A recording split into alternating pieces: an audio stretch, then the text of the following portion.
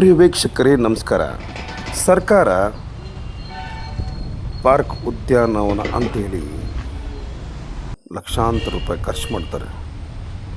ಆದರೆ ಸಾರ್ವಜನಿಕರು ಇದನ್ನು ದುರ್ಬಳಕೆ ಮಾಡ್ಕೊಳ್ತಾರೆ. ಕಾಲೇಜು ವಿದ್ಯಾರ್ಥಿನಿಯರು ಕಾಲೇಜಿಗೆ ರಜಾ ಮಾಡಿ ಪಾರ್ಕಲ್ಲಿ ಕೂತ್ಕೊಳ್ಳೋದು, ಇನ್ನು ಕೆಲವು ಅಡಕಸಿಪಿಗಳು ಈ ಥರ ಕುಡಿದು ಗಾಂಜಾ ಸೇವಿಸಿ ಅರಿವಿಲ್ದೇ ಮಲಗ್ತಾರೆ. ಇವರಿಗೆ ಈ ಪಾರ್ಕ್ನ ಮೇಲ್ವಿಚಾರಕರು ಒಳಗಡೆ ಬರಬೇಡಿ ಅಂತ ಹೇಳಿದ್ರೆ ಅವ್ರ ಮೇಲೆ ವೈಯಕ್ತಿಕವಾಗಿ ಗಲಾಟೆ ಮಾಡ್ತಾರೆ. ಅದಕ್ಕಾಗಿ ಕೋರ್ಟ್ ಪಕ್ಕದಲ್ಲಿರುವ ಎಸ್ ಉದ್ಯಾನವನದಲ್ಲಿ ಇವತ್ತು ಪೊಲೀಸ್ನವರಿಗೆ ಕಂಪ್ಲೇಂಟ್ ಮಾಡಿದ್ದಕ್ಕೆ ಪೊಲೀಸ್ನವರೇ ಅವರನ್ನು ಎಬ್ಬಿಸಿ ಹೊರಗೆ ಕಳಿಸಿದ್ರು.